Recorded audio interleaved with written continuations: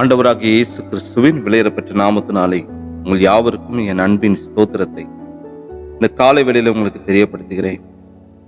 119 சங்கீதம் 111 வசனத்திலே வராக வாசிக்கிறேன்.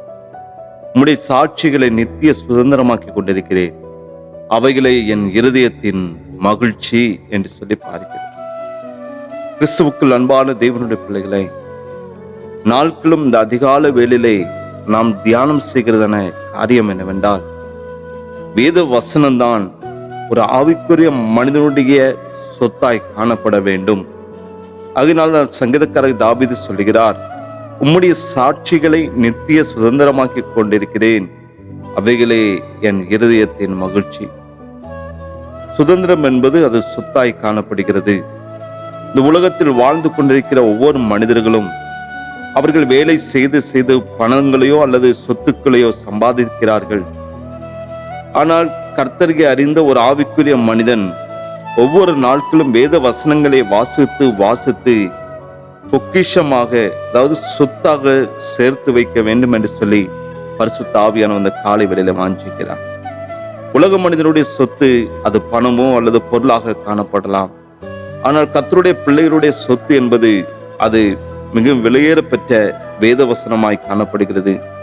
உலக சொத்து ஒரு நாள் அழிந்து போய்விடும், ஆனால் வேதவசனம் ஒரு நாளும் அழியாத சொத்தாய் காணப்படுகிறது.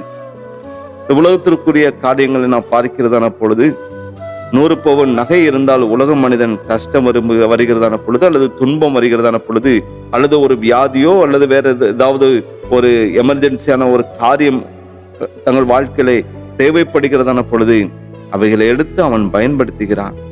அதுபோல ஆவிக்குரிய வாழ்க்கையில் வரக்கூடியதான உபத்திரவங்களும் பாடுகளும் பிரச்சனைகளும் கடந்து வருகிறதான அந்த நேரத்திலே நான் நமது சொத்தாய் காணப்படுகிறதான வேத வசனங்களை பயன்படுத்த வேண்டும் என்று சொல்லி பரிசுத்த ஆவியானவர் வாஞ்சிக்கிறார். உலகத்தில் நாம் எப்பொழுதும் ஒன்றும் ஒரே போல இருக்க முடியாது. பாடுகளும் கஷ்டங்களும் கண்டிப்பாக வந்தேதான் ஆகும். ஆகையினால்தான் ஆண்டவராக இயேசு கிறிஸ்து சொல்லுகிறதான பொழுது, உலகத்தில் உங்களுக்கு உபத்திரவம் உண்டு என்று சொல்லி அவர் சொல்லுகிறார். அப்பொழுது நாம் என்ன செய்ய வேண்டும்? வசனத்தை உபயோகிக்க வேண்டும். கஷ்டங்களும் பாடுகளும் உங்கள் வாழ்க்கையில முற்றிலுமாய் நீங்க வேண்டுமானால் நாம் அந்த வசனங்களை நாம் கற்றுக்கொண்டதான, தியானித்ததான, வாசித்த அந்த விலையேறப்பட்ட வல்லமையுள்ள மகத்துவமுள்ள வார்த்தைகளை பயன்படுத்துகிறதான பொழுது இவைகள் எல்லாம் முற்றிலுமாக மாறி போகும். பிரச்சனைகளும் கஷ்டங்களும் வருகிறதான பொழுது ஒரு நாளும் மனம் தளர்ந்து போகக்கூடாது.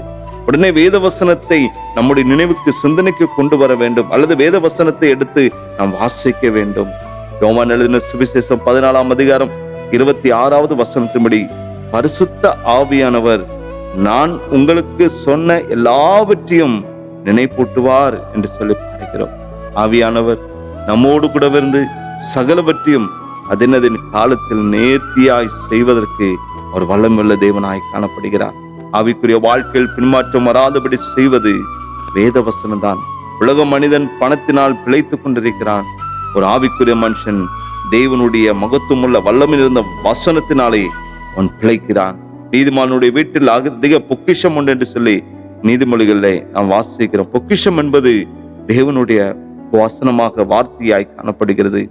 சங்கீதங்களை வாசிக்கிறோம், 1000 பொன் வெள்ளியை பார்க்கிற நீர் விளம்பின வேதமே எனக்கு நலம் என்று சொல்லி பேர்பட்ட வசனங்கள் நம்முடைய வாழ்க்கையிலே நலமாய், மகிழ்ச்சியாய், சந்தோஷமாய் காணப்படட்டும். ஆதலால் நான் பொன்னிலும் பசும்பொன்னிலும் அதிகமாய் உமது கற்பனைகளில் நான் பிரியப்படுகிறேன் என்று சொல்லி சங்கீதக்காரர் தாவீது சொல்கிறார். எனவே கிறிஸ்துவுக்குள் அன்பான தேவனுடைய பிள்ளைகளை, அந்த பூமிக்குரிய வாழ்க்கையில சொத்துக்களையும் பணங்களையும் சேர்த்து வைத்தாலும் அவைகளை காட்டிலும் மிகவும் மேலான ஒரு சொத்தாய் காணப்படுகிற வேத வசனங்களை நம்முடைய இருதயத்தில் நாம் பதித்து வைக்க வேண்டும்.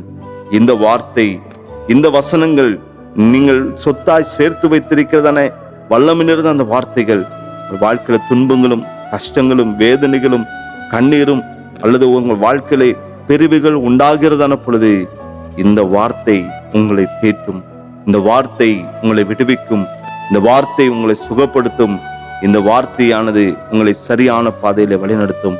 அந்த வார்த்தை என்கிற பொக்கிஷத்தை ஒவ்வொரு நாட்களும் நீங்கள் சேர்த்து வைக்க வேண்டும் என்று சொல்லி பரிசுத்த ஆவியானவர் வாஞ்சிக்கிறார். ஒவ்வொரு நாட்களும் நேரம் எடுத்து இந்த வசனங்களை வாசிப்பதிலும் தியானம் செய்வதிலும் மனப்பாடம் செய்வதிலும் நீங்கள் உங்கள் நேரத்தை செலவு செய்கிறதான பொழுது இந்த வார்த்தை உங்களுக்கு அவ்வளவும் அதிகமாக உங்கள் வாழ்க்கையில பிரயோஜனமா இருக்கும். தியானம் செய்யுங்கள். பரிசுத்த ஆவியானவர் உங்களை வழி நடத்துவா. ஜெபிக்கலாமா? உங்களை நேசிக்கிற அன்பின் நல்ல பிதாவே, இந்த ஆசீர்வதிக்கப்பட்ட காலை வேலைக்காக நாங்கள் உமக்கு நன்றி செலுத்துகிறோம்.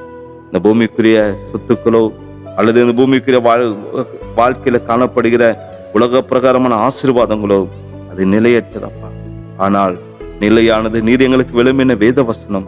இந்த வசனங்களை ஒவ்வொரு நாளும் தியானிக்கவும் அதை எங்களுடைய சொத்தாக நாங்கள் எடுத்துக்கொண்டு தகப்பனே ஒவ்வொரு நாட்களும் நாங்கள் அதை பாதுகாத்துக் கொள்ளத்தக்கதாக அந்த வார்த்தைகளை கொண்டு நாங்கள் சகலவற்றை மேற்கொள்ளத்தக்கதான அதிகாரத்தையும் ஞானத்தையும் பரிசுத்த ஆவியானவர் நீர் யாவருக்கும் கொடுத்து கற்று வழிநடத்தும்படியா ஜெபிக்கிறப்பா.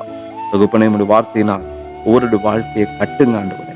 ஒவ்வொரு வாழ்க்கையில் ஆண்டவரே உடைய வார்த்தையினாலே நீர் ஸ்திரப்படுத்துங்கப்பா. உடைய வார்த்தையினாலே ஒவ்வொரு வாழ்க்கையும் கர்த்தரை பலப்படுத்துங்க ஆண்டவரே. நீர் அப்படி செய்கிற மேலான கிருபை காய்ச்சி போகிறோம். இயேசு கிறிஸ்துவின் இனிதான நாமத்தில் ஜெபிக்கிறோம் நல்ல பிதாவே. ஆமென்.